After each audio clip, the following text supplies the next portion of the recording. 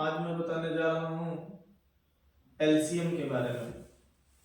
LCM कैसे निकालते हैं, कितने तरीके से एलसीएम निकाल सकते हैं, इसके बारे में बताने जा रहा हूँ। तो सबसे पहले हम सीखें एलसीएम का फुल फॉर्म क्या होता है। एलसीएम का फुल फॉर्म होता है लीस्ट कॉमन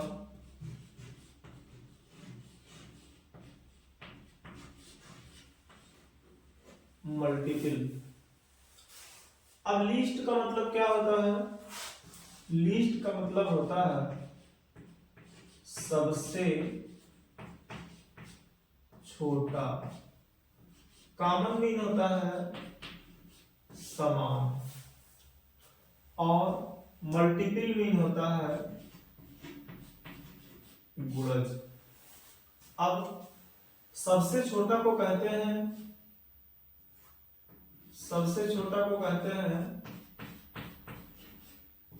लघुत्तम। समान का मतलब सम, और गुणज का मतलब अपवर्त।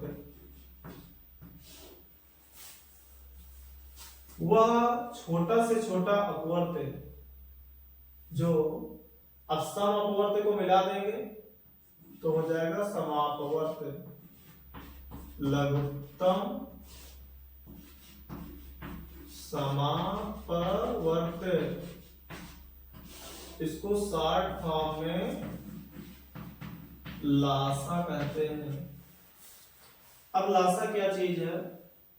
लघुत्तम का मतलब सबसे छोटा, तो वह छोटा से छोटा अपवर्त जो जितनी भी संख्याएं, जितने भी नंबर दिए हो सभी में मिल रहा हो, सभी के अपवर्त में मिल रहा हो।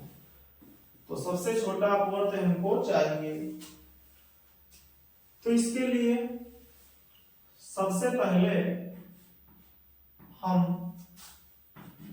मल्टीपल मेथड का इस्तेमाल करते हैं। Multiple method. मल्टीपल मेथड का मतलब होता है गुणज विधि। गुणज विधि, गुणज को हम अपवर्त भी कहते हैं, इसलिए इसको अपवर्त विधि भी कह सकते हैं। अपवर्त विधि भी कह सकते हैं। तो इसमें करना क्या है? जैसे मान लिया ये 8, 12 और 16, तो इसमें हमको 8 के भी गुणज लिखना है, 12 के भी गुणज लिखना है, 16 के भी गुणज लिखना है। पिछली क्लास में हम गुणज लिखना और गुणनखंड लिखना, अपवर्तक लिखना बता चुके हैं। तो 8 के अपवर्त लिखना है और 12 के अपवर्त लिखना है और 16 के अपवर्त लिखना है। ये तब तक लिखना है जब तक तीनों में सबसे छोटा अपवर्त समान न मिल जाए। जैसे 8 का 8, 16, 24, 32, 40, 48, 56, 64, 72, 80। अब इसी तरह से 12 का भी गुणज लिखना है।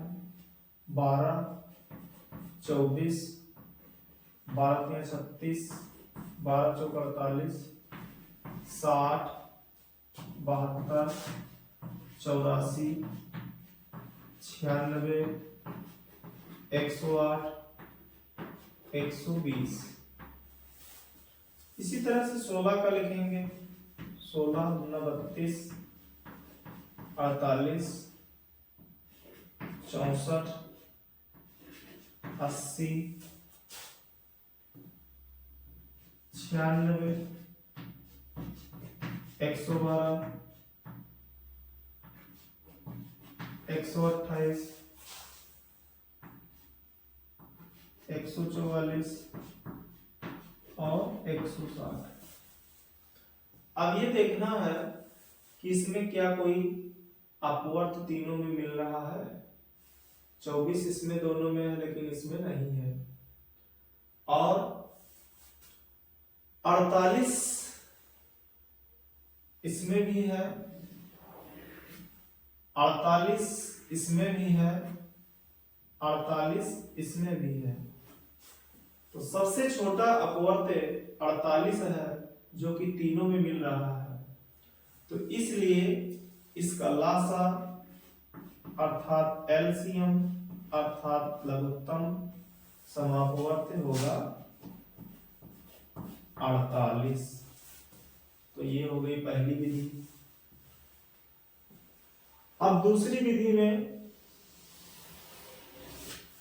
क्या करते हैं? दूसरी विधि है प्राइम फैक्टराइजेशन।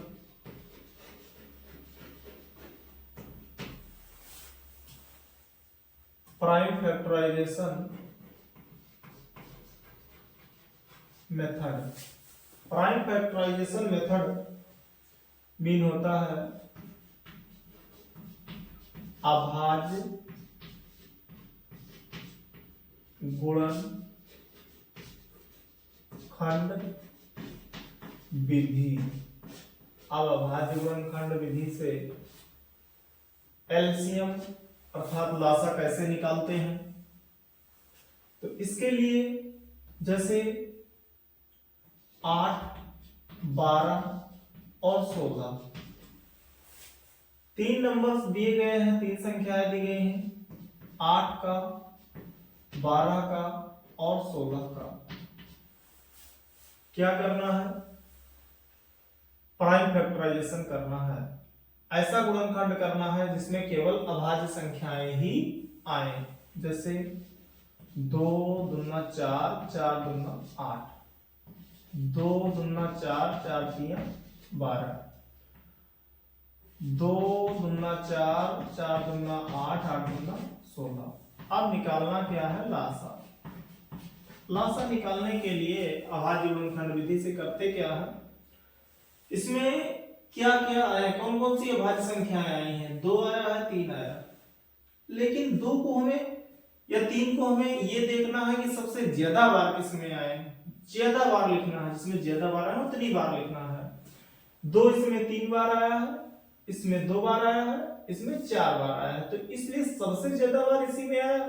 तो कितनी बार लिखना है? 4 बार लिखना है। 2 को लिखना है 4 बार। फिर 3 को कितनी बार लिखना है?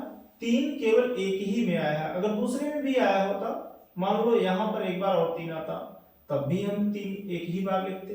लेकिन 3 अगर किसी में 2 बार आ जाएगा तो हम 2 बार 3 को लिखेंगे। तो यहां पर 3 लिखेंगे एक बार। सबका मल्टीप्लाई करेंगे, गुणा करेंगे। 2 दूना 4, 4 दूना 8, 8 दूना 16, 16 तिया 48। इस तरह से दूसरी विधि अभाज्य गुणनखंड विधि हो गई। अब तीसरी विधि जो होती है लासा निकालने के लिए, वो होती है division method. Division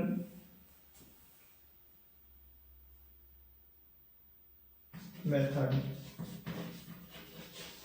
division method यानी भाग विधि। भाग विधि में यदि हमें 8, 12, 16, इसमें सबसे पहले हमें यह देखना है, ऐसी संख्या लेना है जिससे 3 संख्याएं दी गई हैं, तीनों कट रही हो। जब तीनों ना कट रही हो तो ये देखें कोई ऐसी संख्या लेंगे जिससे 2 कट रहे हो। तो यहां पर तीनों को काटने वाली संख्या ढूंढना है। 4 दूना 8, दो बार पढ़ा गया, 4 तिया 12, 3 बार पढ़ा गया, 4 चौक 16, 4 बार पढ़ा गया। अब ये देखें कि क्या कोई दो संख्याएं किसी से कट रही हैं? हाँ कट रही हैं, 2 और 4 ये दोनों 2 से कट रहे हैं। 2 एकम 2, 3 नहीं कट रहा है, इसको ऐसे ही उतार लेंगे, 2 दूना 4। अब ऐसी कोई संख्या है ही नहीं जो कि कटे, ऐसी दो संख्याएं नहीं मिल रही हैं जो किसी एक से कट जाए। 2 2 से कटेगा लेकिन 3 नहीं, 2 से नहीं कटेगा, 3 3 से कटेगा लेकिन 2 से नहीं कटेगा। तो इसलिए यहीं पर हम छोड़ देते हैं और लासा बराबर क्या लिखते हैं, पहले यहां जो आगे आया है उसको लिखेंगे 4 गुणे 2, फिर जो यहां आया है एक को छोड़ करके जो कुछ भी आया उसको लिखेंगे 3 गुणे 2। अब इसमें 4 दूना 8, 8 त्रिक 24, 24 दूना 48। इस तरह से आज मैंने एलसीएम को निकालने की 3 विधियां बताया। 3 तरीके से हम एलसीएम निकाल सकते हैं।